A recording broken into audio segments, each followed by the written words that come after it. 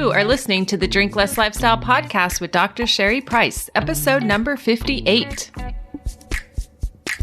Welcome to Drink Less Lifestyle, a podcast for successful women who want to change their relationship with alcohol.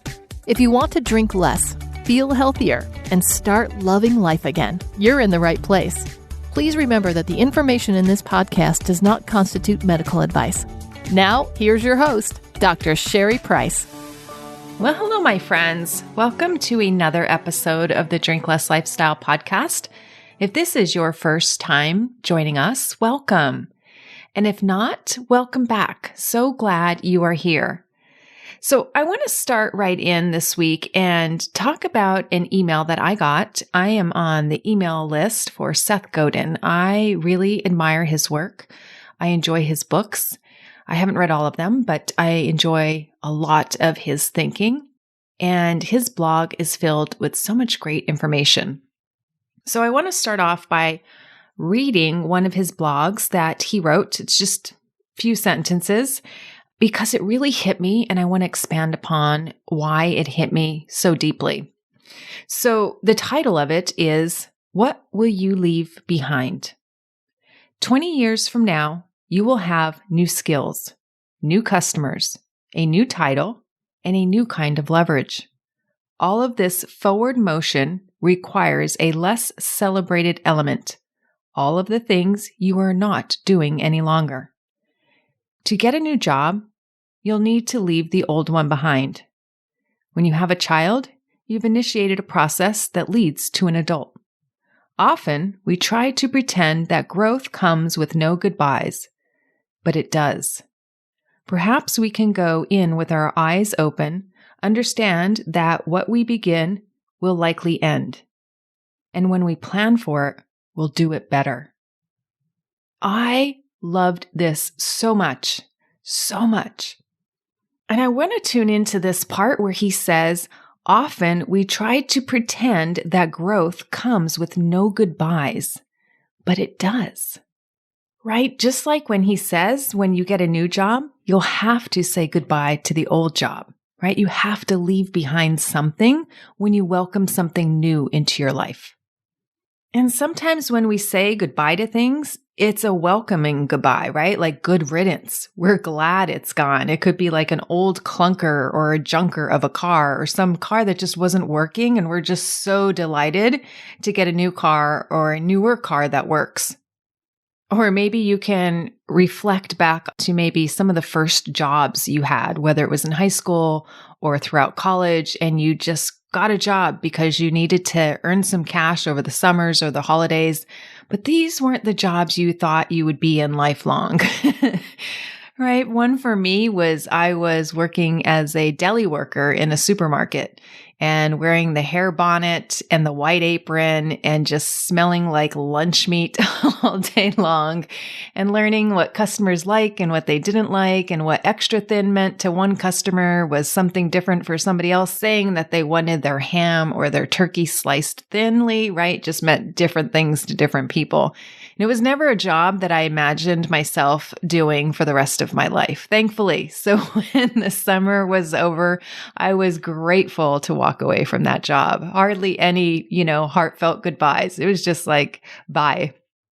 But then there are so many times when we say goodbye to things, and even though we're pursuing and we know that they're temporary or they're on the step or on the path to getting to where we want to go, right? So it's a necessary step, but it's not the final step, right? It's just one of the steps where we want to go, but it still comes a time when we have to say goodbye to that step. And it could be, like a little unnerving. I remember before we moved to where we live now, we rented a house in San Diego, and we knew it wasn't going to be the house we were going to live in long term. We were renting. It was kind of that stepping stone to get us to the house that we wanted when we decided that it was the right time to jump in and where we wanted to be as newer parents. But that house that we lived in and rented had so many positive moments. When we left it, we just reflected on how much had happened at that house. Our daughter took her first steps in that house. she met one of her best friends she's still a best friend with now in that house, who lived just up the street. I was running my business, and I remember fulfilling orders and packaging all these books that we sold and just packaging them up for hours in our garage, loading our cars up, running multiple trips to the post office before we're like, this is getting to be a big deal. Maybe we should offload this to Amazon. And we had a weekend there where we couldn't keep up with the orders. We had to hire help to help us package up these books that were just selling like hotcakes out of our garage. It was wild. And we were just kept running trips to the post office. And like that business of mine that just boomed and blossomed happened in that house. So although we knew it was just a temporary place to be, when it came time to say goodbye, right? There was just so many lovely memories and moments and experiences that we had in that house. So I love it when he says, "What will you leave behind?" Right? Because even though we knew we were going to move on and there was going to be another place that we would be living, it was like, but we're going to be leaving this place behind. And of course we were willing to, because that's what it means when you evolve. When you evolve, right, to the next phase of your life, or to the next step in your life, or to the next chapter of your life, or to the next version of you that you want to be, it does come with leaving something behind. It does come with some goodbyes. And I just think of this as how it's related to a drinking habit, right? Many of us have a way that we are used to being around alcohol. We have a certain pattern with it. We have a certain relationship to it. It could be that you have a binge relationship with it, or you call yourself a weekend warrior because you overdo it just on weekends. Or you have this relationship that you feel once you start, you can't stop. Or maybe you have this willpower relationship with it where you restrict until you can't restrict anymore, and that causes you to cave and then have absolutely no control. Or some people have a problem with it only at home, but they have no problem maintaining control when they're out and about, especially if they're operating a car. And some people, it's the vice versa, right? They have no problems restraining or being in control of it when they're at home, but when they go out with others, they just don't know what happens. They just keep drinking. Or maybe you're like me and you just do it most nights of the week. And that was my pattern for years, for decades. I know I've worked with some women who they feel that they are the alcohol encourager when they're out, right? When they show up with their friends, they're the ones that are going and charging the bar right when they walk into a restaurant or wherever the friends are meeting up. It's like, okay, what are we drinking, ladies? Or they're the ones buying the next round, or they're the ones suggesting the next round, or they're the ones that go to the bar whenever they go out, whenever they're at a social event. The bar is the first thing they stop at. Right? So that's their relationship to alcohol. That's the current relationship. So we have this certain way of behaving around it. And here's the thing. If you want to be different around it, if you want to follow a drink less lifestyle where you're imbibing less, you're fully in control of it, you will have to experience your own form of goodbyes. Because this is what's required when you evolve to the next version of you. When you evolve your relationship with alcohol, it requires that you step away from your old relationship to it, right? Just like if you think about a snake, right? They grow out of their skin to develop a new skin, right? And turtles do that, right? They move shells, or hermit crabs, or they just shed this old version of them so they could step into that new version, right? Just like I did on a podcast a few episodes ago, talking about stepping into that future self. And it's something we talk a lot about inside Drink Less Lifestyle, because a lot of us really find it difficult to navigate into this new version because we're not addressing saying goodbye to that old version.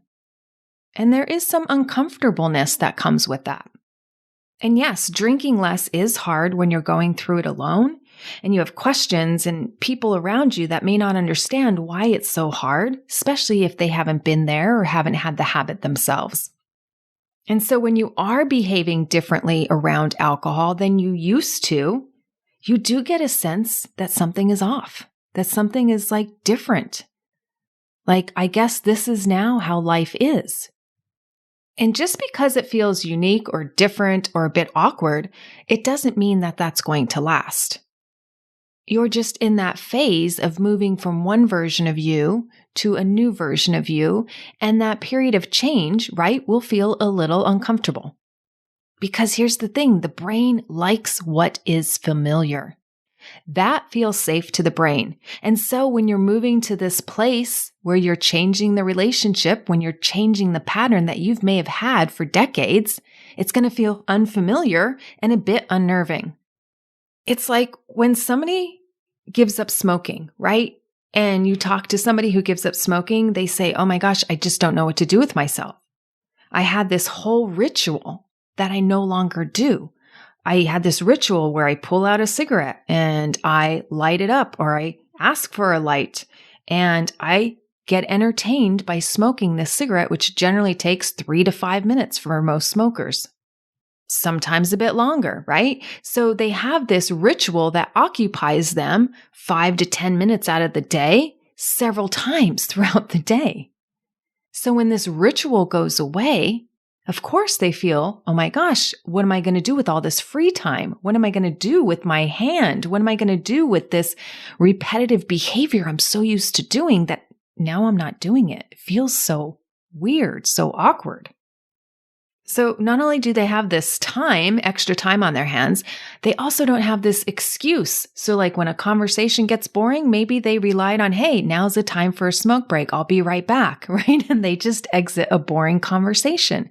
It was a way to excuse themselves from the environment that they didn't want to be in. Well, same goes true for alcohol. How many of us might be on a Zoom call and they're like, I really don't want to be doing this Zoom call. So what else can I do to entertain myself while I'm on this Zoom call? Nobody knows what's going to be in my glass or in my cup. Or my friend calls on the telephone and I hear her going on and on and on about the same thing that she talked about last week or talked about last time, or maybe she's just a long-winded friend.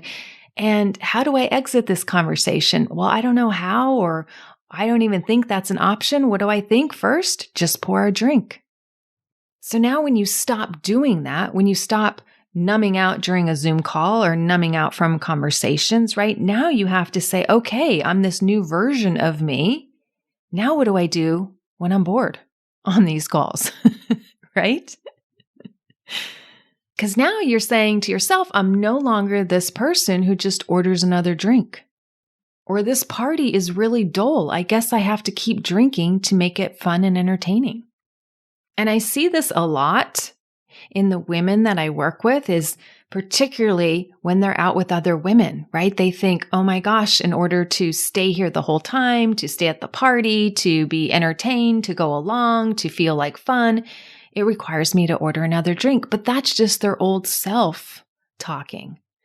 Now, you can stay out with those girlfriends. You can stay at that party. You can stay on the phone and drink water. And then they'll say like, but it's so weird to just order water or to say, I'm going to switch to water. And do you know why it's so weird to order water? Because you're not used to ordering water. You know how you get over it for being weird? You start ordering water and then it doesn't feel so weird. I'll tell you what, when a bartender comes over or the wait staff comes over and you're out at a restaurant, they don't have expectations of what you're going to order next, not unless they know you and you're a regular there. And if that's the case, no problem. Their expectations will change as you change. But what has to happen first is you have to change the expectations you have of yourself. Because I'll tell you what, the wait staff really doesn't care, right? The people on your Zoom call really don't care what's in your drink. And most likely they don't want you drinking alcohol is my guess, unless it's, just a friend's party. But even so, they don't even care what's in your glass. They just want to be the ones having fun. They don't really care what's in your glass. They really don't. And another area I see this coming up where people are like, yeah, but it just feels so awkward or it's so different is when they're watching TV, or it could be Netflix or a movie. And they'll say like, I'm just so used to having wine or sipping some good tequila or having a nightcap or having some beers while watching TV. It just doesn't feel the same without it. Yeah, so it doesn't feel the same without it because yes, for years you've practiced this one way of watching TV and movies, and now we're switching to this new way. So you have to be willing to say goodbye and leave that behind. And I get it. I used to drink 6 out of 7 nights of the week. Some weeks, 7 out of 7 nights of the week, right? I drank nightly for years. So when I cut back, I felt, wow, I don't even know what to do with myself. How am I going to entertain myself? And oh my gosh, here's my anger and frustration again. What do I do with it? And oh, I'm kind of bored. My husband and my daughter are out of the house and woohoo, I usually celebrate with wine. Now how am I going to celebrate, right? It was like, who am I now if I'm not this wine drinker? And just like the smoker who quits, the smoker figures it out. Because to go from being a smoker to a non-smoker, you have to figure it out. You have to be willing to leave the smoking behind. So if you want to drink less, right, you will figure it out. And I want to let you in on a little secret. After years of coaching hundreds of women, I will tell you, the women who are willing to let go of how they used to be around alcohol and embrace this new future version of themselves, they break the habit so much quicker. I was just telling this story inside Drink Less Lifestyle. I worked with this one woman. She was a rock star. Total firecracker, total I get it done. Don't waste my time. Just send it to me and send it to me straight. She was such a joy to work with. She was a busy lawyer who didn't have time for any fluff, none in her life. She extricated that fluff out so quickly. It was awesome. Our calls would be like, Sherry, I have got 10 minutes. Tell me what I need to do and speak fast. She was on a mission.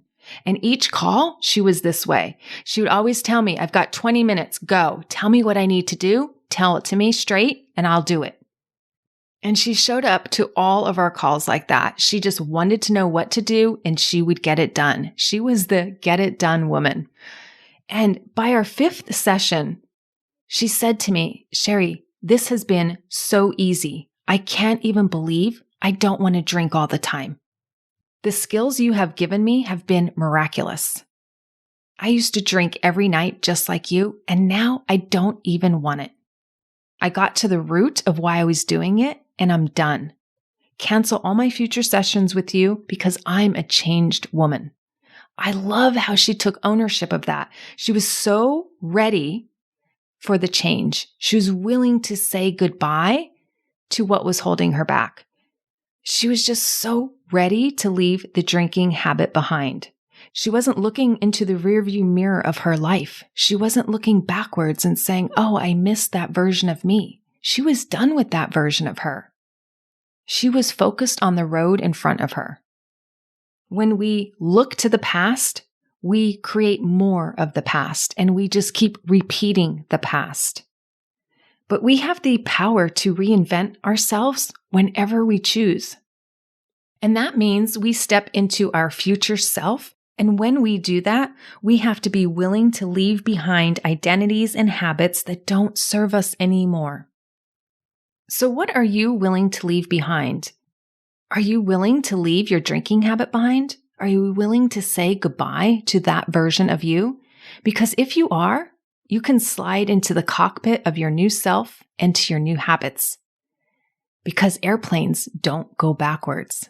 They only go forward.